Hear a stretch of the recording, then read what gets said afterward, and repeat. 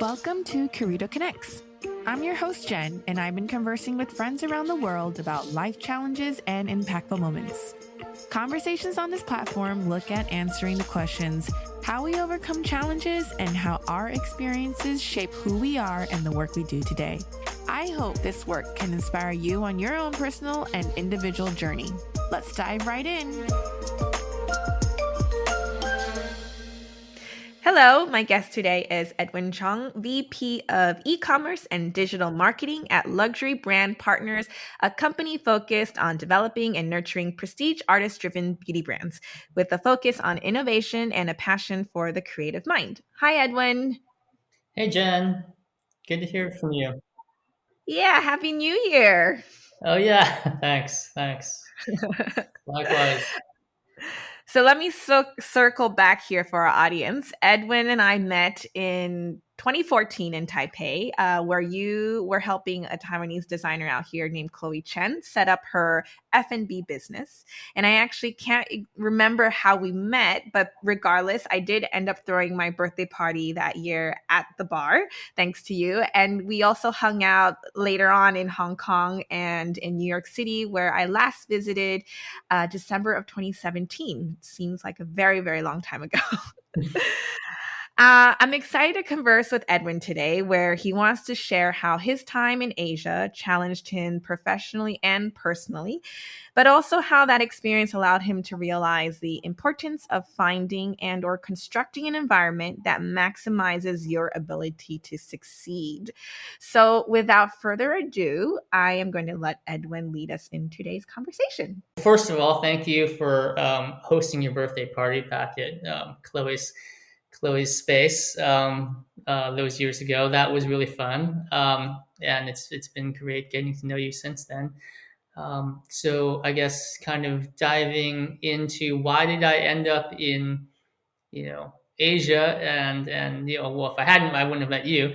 I was at a moment in time, I guess, in my life, just looking for something different to do, and an opportunity came up to move to Asia to work on a project with a friend in Hong Kong, and so that's what brought me to Hong Kong in the first place. We were trying to do at that time, kind of like social media apps were all the rage, and we had this idea to do something that's kind of a hybrid between online socializing and connecting that with like in-person real-time social experiences. So that's what brought me to Hong Kong in the first place. And it was really interesting for me because I had been to Hong Kong a couple of times previously, but always just for personal trips and vacation and whatnot. So this is my first time working in Asia, working in Hong Kong.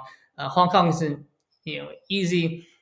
On the surface, it's an easy entry point for people from the Western world because obviously a lot of people speak English. It's very easy to get by in Hong Kong only speaking English. A plus or a minus because obviously like it's its own city with its own culture, and I feel like sometimes speaking the language helps you understand the culture better, and definitely being able to get by only speaking English creates a divide in the city.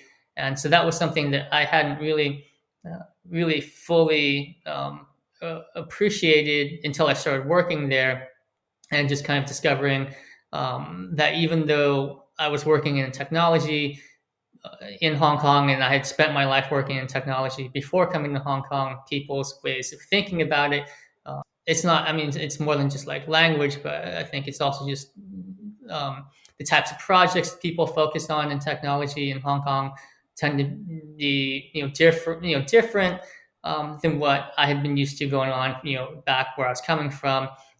There's a very much what seemed to me a big focus on using technology, especially digital technology and online sort of stuff as marketing tools, and not so much like where I guess I was used to, like startup world of Silicon Valley, where people are always trying to invent new ways of doing things with technology. And so when we were trying to put this project together in Hong Kong and looking for local developers, it was, to be honest, a little bit, frustrating for me because of that kind of just a gap between what I had been used to and what people were working on in Hong Kong. And that's not to say that like, one type of, you know, project is obviously like better or worse than the others. It's just like, my expectations were different, and that took me some time to kind of um, realize and then try to figure out how to deal with it. So can I just circle back a little bit? So you grew up in California, right? Right. And like, in your household, did you guys did you learn Chinese at all, or to what extent was your Asian cultural roots, before you picked up and moved to Hong Kong for a longer period of time? Right. So yeah, so I grew up in Silicon Valley, where there are obviously like a lot of Asian people. Like my, my high school was, I don't know, at the time I was there, it was probably almost 50% Asian, and now if I go back, it's probably, I don't know, 80 or 90%. It's ridiculous. I mean, it's just kind of, I mean, um, but when I was growing up, yeah, there were like a lot of Asians because all of our a lot of people's parents had immigrated to the states to work in tech and to work at all the kind of like the kind of like the original wave of hardware startups and actual silicon startups in Silicon Valley, right? Um, and so I went to China. I went to like weekly Chinese school um, when I was a kid.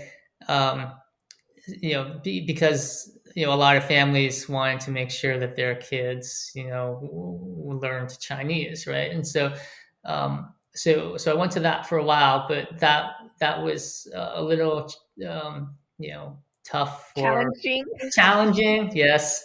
Let's just keep using that word, challenging, right? So a little bit challenging for me for two reasons. One, because it was like on Friday evening, so like like you finish school for the week and you want to go enjoy the weekend, but no, you have to like wolf down dinner and then get to Chinese class, right? So that was just for anyone that was just like less than optimal.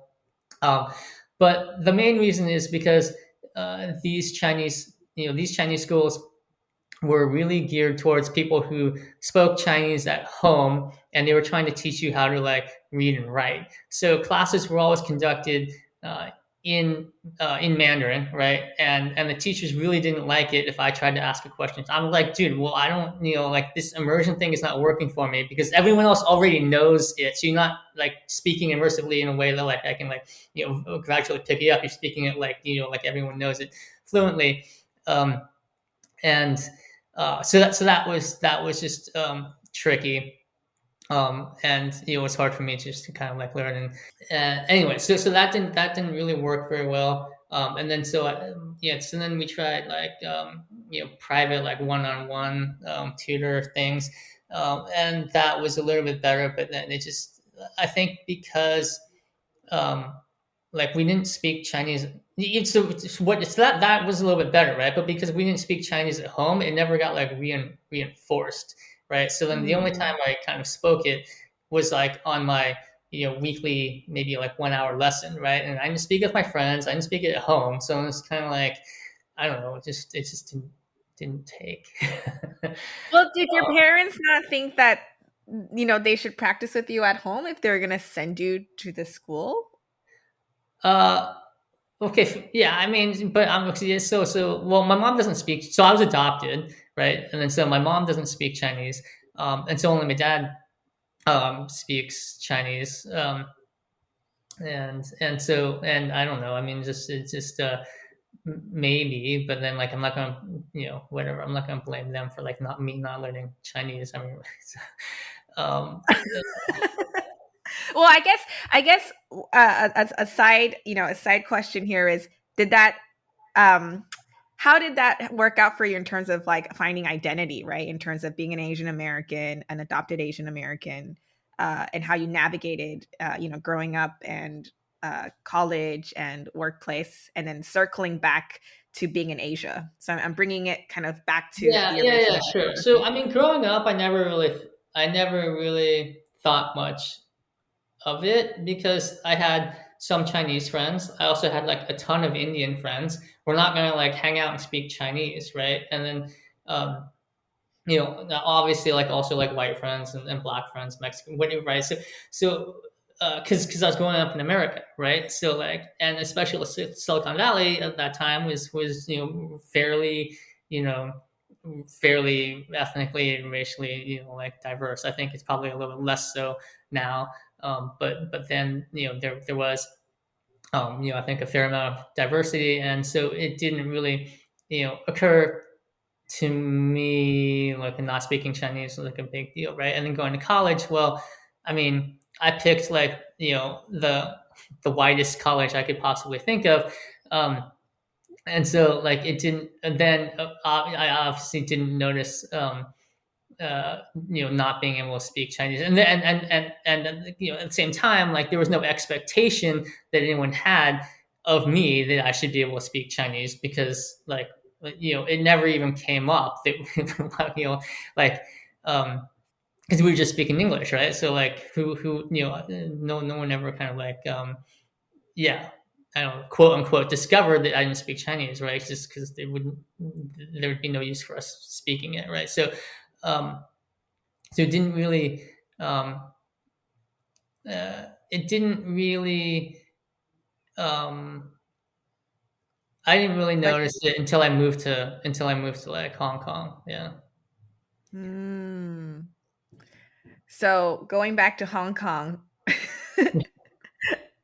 so how did you navigate that? Right, I guess you and your friend went out to Hong Kong to start up this social app, and then obviously, like you mentioned earlier, you learned along the way of cultural differences, expectations of how when you worked in Silicon Valley was different from working in Hong Kong. So how did you guys navigate that space?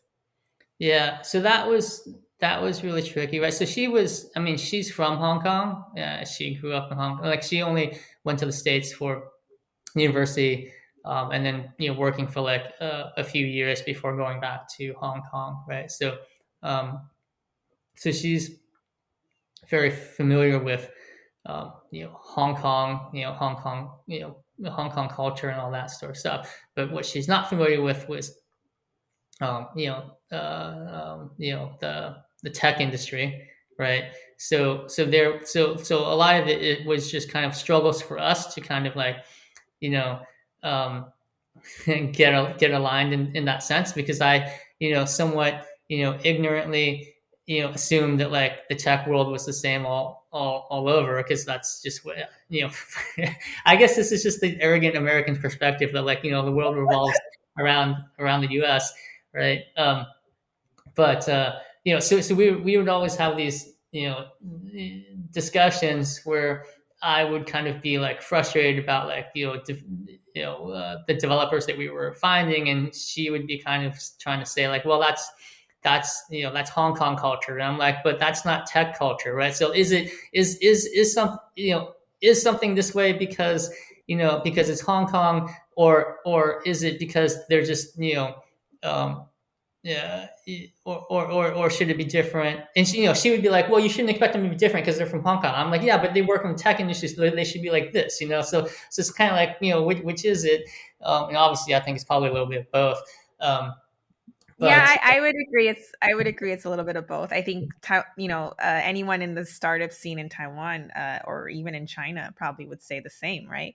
The especially if you have that Silicon Valley experience, and then mm, you're coming out here and being in this environment. And I think what you just stated is a common comment, right? It's like you're like, but that's not how tech world works, right? And then the others will say, well, this is Taiwan or this is Hong Kong. This is right, how this market right, works. right. Yeah. Yeah, for sure. And then you kind of, as an outsider, you think like, well, it, you know, it could it could evolve. It like it's not, again, it goes back to sounding a little bit like arrogant, right? But then you kind of like, well, it could it could evolve, like it could take a step in this direction or whatever, or you could capture more, or you could do whatever more, like if you did this, right? And then you get the argument, but that's not us, right? Well, okay, fine. But and so it was interesting to me, because I hadn't met that type of resistance working with engineers in in the past, right? I always found them to be like open to trying, like, and it was never like, well, this is America, so we don't do things that way, right? It was like, okay, that's cool, like, and it was always seemed to be evaluating ideas on the merits of well, like does this make sense or not, right? But like moving to Asia, then it was like, then culture became a factor, right? And I was kind of like, okay, this is like new to me, because I'd never encountered like culture as a factor in like what we're trying to do in tech. And it's interesting that you bring up like mainland and Taiwan too, because I actually would, at that time, I don't know, maybe things have changed, right? But like at that time, I found that like mentality in Taiwan and mainland was more similar to what I was used to than what I was encountering in Hong Kong, right? Which is to me interesting, because in Taiwan, like, there's less English spoken, right? But Yeah, at the for same sure. time, there was a large American presence for a while, so maybe that influenced, like, some sort of like, I don't know, mindset, or just thinking like a little bit, I don't know.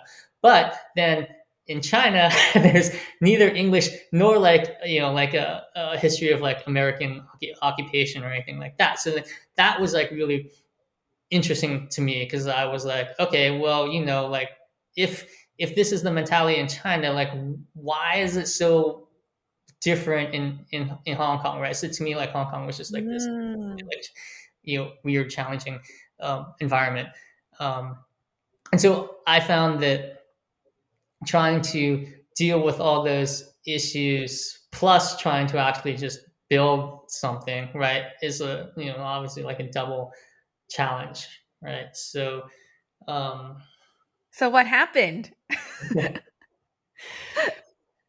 so I think what happened is I realized it's it's, if you want to, I think I think at some point you just have to like kind of you know be honest with yourself and kind of like evaluate like what's possible for me here, right? And just kind of recognize the environment that you're dealing with and your own sort of like what you bring to the table, right? And like so there's um I think I have a uh pretty pretty strong experience in tech, and pretty pretty good capabilities there, but like uh I think to succeed in that particular time in that particular market, it's just there's a lot to like learn culturally. And like, do you want to like uh, pick up the language and then try to wrap your head around the different mentality, and then try to, so it's like you're adding a lot of obstacles to deal with.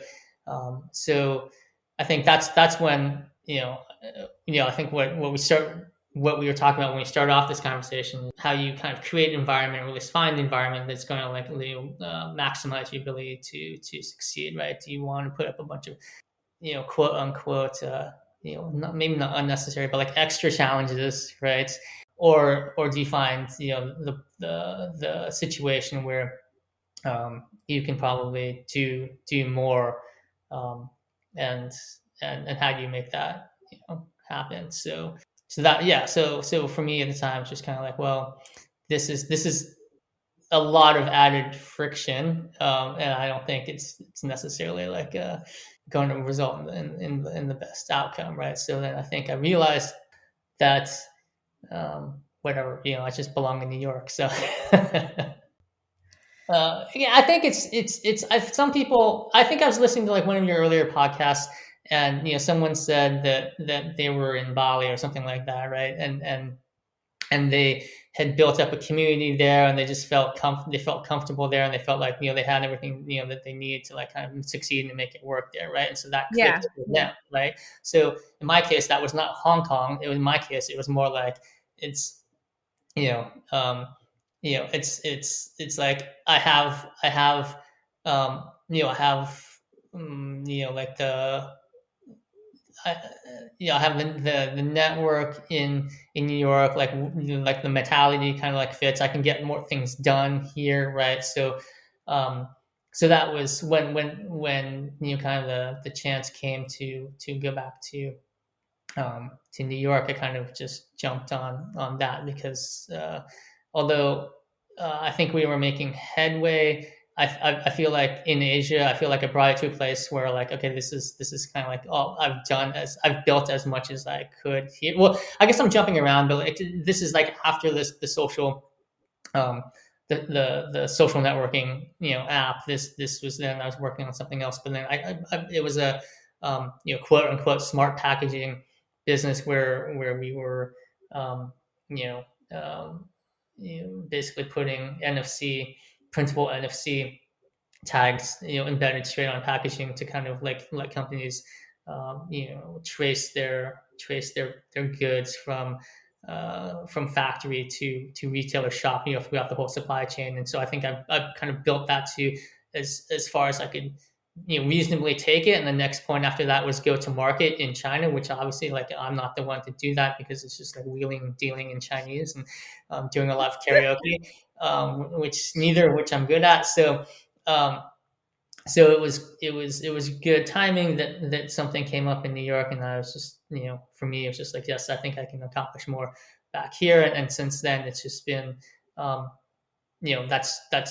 think that's turned out to be the case, right? Like it's just I feel like I've been able to make an impact, um, continue to make an impact and grow that impact, right? Ever since going back to New York, so. So just kind of going back to your timeline really quickly. So you went Mhm. out to Hong Kong to start the social app with your Yeah. friend, and then you left that, or was the packaging a pivot from the social app with the same Yeah, partner? I mean, it was a. I mean, it seems like a drastic pivot, but yeah. So we took some of the team from the social networking app and went into packaging, and the reason, and so they seem like, if I just describe it that way, it seems like really disparate kind of like things. So is the packaging company still there now? Yeah, so the packaging company is there now. I think if you go, if you go buy basically the packaging company was kind of, I don't know, it's like a sister, a small sister company of a larger kind of established packaging I business in see. China, Right. right? So Okay. if you go to China and you buy a pack of cigarettes, it odds are odds are good that it was printed by this packaging company. And just out of my own curiosity, where was Chloe Chen's F&B part in this storyline? Sure. So Chloe's business came up while I was working in Hong Kong, and I'd known Chloe for a few years before then, right? And every time she'd come to visit New York, we'd hang out and everything. Uh, I think now that like I was much like not only in the same time zone, but basically like a 1 hour flight away or whatever, right? Like the idea of like working together on a project was a lot more feasible. Mm, And I had done a restaurant in New York before, um, and so and she wanted to get into F&B, so she asked me to help her out with that. So that's I how I got see. involved there. Okay. Okay. Yeah, Okay, so let's go back. Let's come back to New York now. So what did you so you took away from your time in Hong Kong, right? That learning experience, those challenges that you encountered. And how did that I mean, I'm guessing in hindsight now when you think about it. Um I'm assuming those experiences helped you in terms of the work you were doing when you first came back and what you're doing now, right? In terms of how you manage your teams, how you approach the organization, um, or not. I'm assuming that that's what happened as well, right? In terms of how you can successfully succeed, as you mentioned very in the very beginning, in the circumstances that you're in. Yeah. So after after that time in Asia, I started to think more broadly, or maybe more, I don't know, it sounds like academic, but like a little bit more structurally about like how businesses are operating in their own particular like landscapes, and then also within a particular company, what's what are the factors that like are enabling or preventing it from like reaching its full potential, I guess. And so basically I started working at a creative agency called Baron and Baron, right? And so it works with a lot of like fashion and luxury brands, and has done so for like a number of years, kind of incubating like NARS cosmetics from the very beginning, working with like Louis Vuitton and Dior and whatnot, and then on to like more accessible brands like Zara. But one thing that I noticed working with all these brands compared to working in tech is that they just have a very different, I don't know, mentality or thought process about how they approach their business. And whereas in tech it seems to be always about like, how can we, is there a better way to solve this problem? How can we apply technology to do this Enhance user better, engagement. right? Yeah. I Or don't know, like, yeah, enhance user engagement, yeah, I mean, solve problems, streamline things. yeah, streamline. Yeah. I mean, I think engagement's like maybe a measure of things, but like if you think about like Uber, it's like, okay, trying to get a taxi sucks, right? How can we make this better? It'd be great if we could just push a button, right? Or if you think about like Spotify replacing record stores, it's like, okay, how can we make the music listening experience better? Like, okay, selling CDs instead of selling records is not like a big jump, right? But if you're streaming stuff, that is a big jump, because now it's not, now it's a subscription model. Like now it's like on demand. Now it changes the dynamics of the industry, right? And just like Amazon changed the dynamics of the, not just the book industry, but just like retail in general, right? So it's shifting the dynamics in the industry. So like it's always thinking like, I don't know, I don't want to say like I mean, it's thinking big, I guess, right? Like, because you're trying to like, um, and then in the fashion world, no one's thinking, like the heritage brands are not thinking like, how do we upend this whole industry. It's more just like, how do we just kind of maintain our exclusivity and prestige, right? And that on the surface is at odds with digital, right? Because digital is all about accessibility, or supposedly, and so it's so kind of trying to build out the digital practice at Baron, working with these brands, it was always a challenge, because it's like, you're dealing with like brands who are all about exclusivity, but they realize they have to deal with digital, but that's all about accessibility. So how you balance this, and so to me, just kind of like looking at like maybe structurally, you see they're faced with challenges and they don't know how always necessarily to deal with it, and their solution is put something on a website or put something on social media. But like it's just using those things as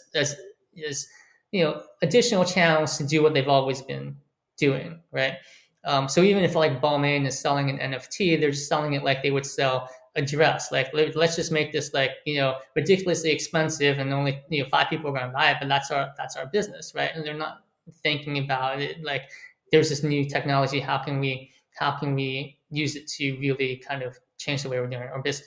And so I offer that up, and I offer kind of like those examples of like tech companies like Spotify and Amazon, but you can also see traditional companies embracing technology in transformative ways, like even like Starbucks introducing its loyalty app program. That's kind of changed the way that they do business, like ordering ahead, getting all that data about what their customers are ordering, using that to influence their new product development and everything. That's transformative for their business, because they found like a new way to like engage with their customers and learn more and improve their product development and keep them loyal and grow. So it has a Right. snowball effect. Anyway, so when you look at these fashion companies, I think what's challenging from a structural perspective, just like executive management may not have like that same mindset of like how do we change, because they're not bringing in the people who think that way, right? So Hmm. that limits them, I think. It also, like, because they think in terms of, like, understandably they think in terms of like their main product is like the fashion. So the most, so resources go towards the creative minds creating the fashion, which obviously like makes sense, right? But if you're a Yeah. tech person, and you're looking at, do I want to work for a fashion brand that's going to pay me this much, or do I want to work for, like, take those same exact skills and work for a tech company who's going to give me like equity and pay me like twice as much? Where you go, right? And so I think it's tough for these fashion brands to change, because they don't think that way, and they don't value the same things, and so it kind of, like, I think, disadvantages them to an extent, until, because of that difference in mentality. And so that's why it's a long-winded way of me saying that, like, yeah, just looking at like these differences in mentality reminds me of, like, how people think about things differently in Asia, right? It's a different, like, it's a different way of looking at things, but it's just kind of like that really affects what you're capable of doing. That's really what it Yeah, it's like different lens, but just listening to you talk about your experience at Baron and Baron, it's like almost like, though it's in New York and it's in an English speaking environment and corporate culture wise, you're probably more familiar with, but it was almost like you were dealing with very similar but different issues from your time in Hong Kong, right, right? right. So it Yes. sounded like, I mean, you didn't conclude the storyline to that, but it sounded like you also had to, at a certain point, make another decision, which you just illustrated earlier, right? Like, do you stay working in fashion, or you go to a tech company that values what you're good at and what the strategy you can apply to help them grow and get equity. Right. And so yes, I mean, so that makes me sound mercenary and kind of like, so yeah, I mean, that's true, right? So where you stay, right? And so, like, I think in fashion, you're right. Like, there is that same challenge of, like, kind of getting people to, or seeing whether you can get people to kind of, shift their thinking, a bit. And that that challenge, I haven't given up on that necessarily, I think, because Well, it's like timing, right? Like, it's almost like timing isn't quite there yet. yeah, yeah, and I think that you see and I think I'm also kind of like heartened or reassured by just seeing some brands doing it. Like I said, I think, Starbucks or whatever. I think you also see, like, Nike is obviously not like a luxury fashion brand that of the type that I was working with at Baron, right? But you see them embracing technology wholeheartedly, and really leveraging it in new ways, to grow their business, right? And you see maybe Yeah.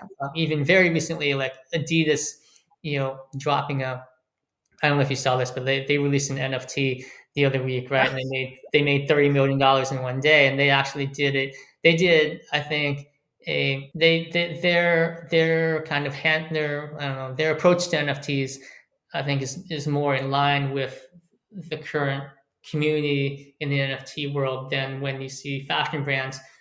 They're like, okay, we put our logo on NFT, we're gonna sell it to you for, like, 10 grand, and you're like, why? What am I gonna do with this, right? Whereas Adidas really understood the community aspect of it, and saying, like, okay, with this, we're going to build a community around it. We're going to offer kind of continued kind of, benefits to people who participate in it and become a member of this community and whatever, and build around that. So it will be interesting to see where they take it. Or You see also, where this goes. yeah, yeah. And so, yeah, I think this sort of thing, it just creates, there's a lot opportunities there, and so you just kind of like want to push brands to to embrace it, right? But I Yeah. think that one effect that it does have is that and I mentioned this to you, I guess, kind of earlier. Maybe it just kind of creates this bigger divide as the ones who like do manage to embrace it just get further and further ahead because the benefits keep compounding and it just leaves other other brands behind. It's not just like brands and companies, right? I think like um, with people too, right? Um, you know, like I was working on a fintech, company, right, where we were doing digital banking and trying to bring um, banking to underserved populations, right? And I think what you see with that is when you know when banks introduce kind of more digital um, services, it's great. It seems to like reduce the friction and make services more available to people, but only for people who have smartphones, right? And so the people who really need the access to banking and stuff are still limited. And so it's just making things easier for the people who already had it easy, and then it's just like it helps them get ahead more, right? And that may not be like the intent behind it, right? But then that is kind of like a side effect of it. So I think that Mm. that's kind of the conundrum with digital things is it's supposed to make things more accessible, but it's very easy for it just to make things easier for people who already have it easy and just widen that gap. So how do we solve that problem? Right. So I think that what you're seeing now is really interesting with this whole like trend of decentralization, right? Like, I mean, people talk about cryptocurrency, kind of decentralizing money, and then Right. like NFTs decentralizing art and all this sort of stuff, and uh, that's true to an extent, right? But I think that the issue is not so cryptocurrency. Like, okay, fine, like maybe now you have currency that's not issued by a central government. Okay, great, right? But I don't think the issue. I think part of the issue may be centralization, but I think the bigger issue in terms of this divide that I'm talking about is concentration of wealth and concentration of influence, and that can still happen really easily with crypto because um, there's still a lot of wealth just being concentrated in the hands of a few. It's just a different few. So we might be redistributing wealth to an extent, but Mm. like whoever made like $100 million off of Bitcoin now has like $100 million, and they're going to the wealth is still concentrated in their hands, and what's happening is the same thing about that just becoming a compounding effect because now that they have that much Bitcoin or whatever, there's just more people want their attention, so they get more opportunities brought to them, which gives them more chances to like increase their wealth, and it's even easier now. I don't know if you're familiar with like I don't know, the concept of like airdrops, where people just once they find out your Bitcoin address or your Ethereum address, right, they just send you free stuff, right? So now whoever's got a lot of stuff gets even more stuff, and these things they're supposed to kind of level the playing, democratize it a bit. Like there were recently two big airdrops. Um, uh, where they were like, oh, we're rewarding the community or whatever, and they airdropped a bunch of stuff to whoever had been using NFTs for a while, right? That we like, we want to reward supporters, so we're airdropping this thing to anyone who's been using NFTs. But it was distributed pro rata based on how much you had spent on NFTs up to that point, right? So whoever's spent a lot already gets even more. So that doesn't really So kind it basically goes back to exclusivity of again, and yeah, it didn't sound like you were able to give me a solution to how to solve it. Okay, okay. Sorry, I was kind of getting, yes. I was trying to get into the problem that is still there, right? And I guess so. Yeah, and thank Solution, you for illustrating that because I think most of the audience listening probably, like myself, don't really know that much about crypto and NFT. I mean, in 40 minutes, we covered so much already. So I'm going to let you give us the solution, and then I have to wrap you up by asking you to. Okay, wait. I'll let you answer first, and then I'll ask you the last question before we wrap up. okay. I think the solutions are still in develop are still being, I don't know, like created, right? But one thing that we did were, is to release, our own set of NFTs, right? And instead of doing it by the traditional process of like, offering offering them up to be minted by whoever like wants to come and pay a certain fee or whatever, which I think um, also involves certain level of exclusivity because you have to find out that there's a mint going on, and then you have to have the money to pay for it and all this sort of stuff. It still becomes Right. exclusive. Um, we distributed it through, so we built awareness through, um, and this is only a small step, right? Because it's still limited to people who have computers, right? But we drove awareness not through kind of like Discord or Twitter or things where like there's a small audience. We just pushed it all out on broader, paid media Media. campaigns, search Mhm. campaigns, paid media campaigns, social campaigns, and everything that would reach an audience outside of the usual NFT world, right? So it's kind of giving access to, well, making awareness available to like a much wider audience, right? And then Right. Right. giving them away for free, right? Because the idea is to like just get more people involved and exposed to these things so they can learn about it. And then it's on us to kind of like build value around that for them, right? So we're able to reach kind of a much wider audience, um, and kind of create a community by saying like, okay, you want this to be worth something now, then it's kind of, it's on us to kind of make it worth something for you, but it's also, if you want it to be worth something, get personally invested in it, right, and take an active role, Mhm. and getting it into the hands of more people, I think, helps that. So Cool. Well, it should be exciting to keep an eye out for that. I mean, I'll include all your links at the bottom of this episode as well, so people can have a follow on the website as well as your LinkedIn. But to wrap up this conversation, and thank you again for sharing everything that you shared with us. We went all the way back to your early days till now. What kind of advice would you give others who, I guess, resonate with your storyline? Maybe whether it's startup world, whether it's tech world. I mean, whatever it is that you were saying in your storyline that really hit them. How would you?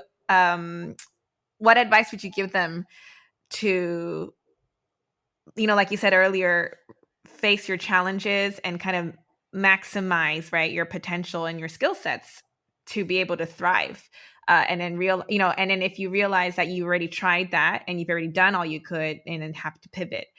yeah, I mean, I think just be honest with yourself, right? And I think that's just, I don't think there's any magic way to know like when you should keep going on the path that you're on right now, or when you kind of have to, should say, um, this is, um, you this is the time to, uh, shift my environment like a little bit. I'm not sure if there's any way to like easily identify that, but I think just it's always important just to kind of like continually, um, honestly self-assess, right? Because I've seen people who just keep charging ahead because they have a really strong belief in themselves, but from the outside you might say like, okay dude, um, you know, is this going to continue? Do you think this is going to continue to work?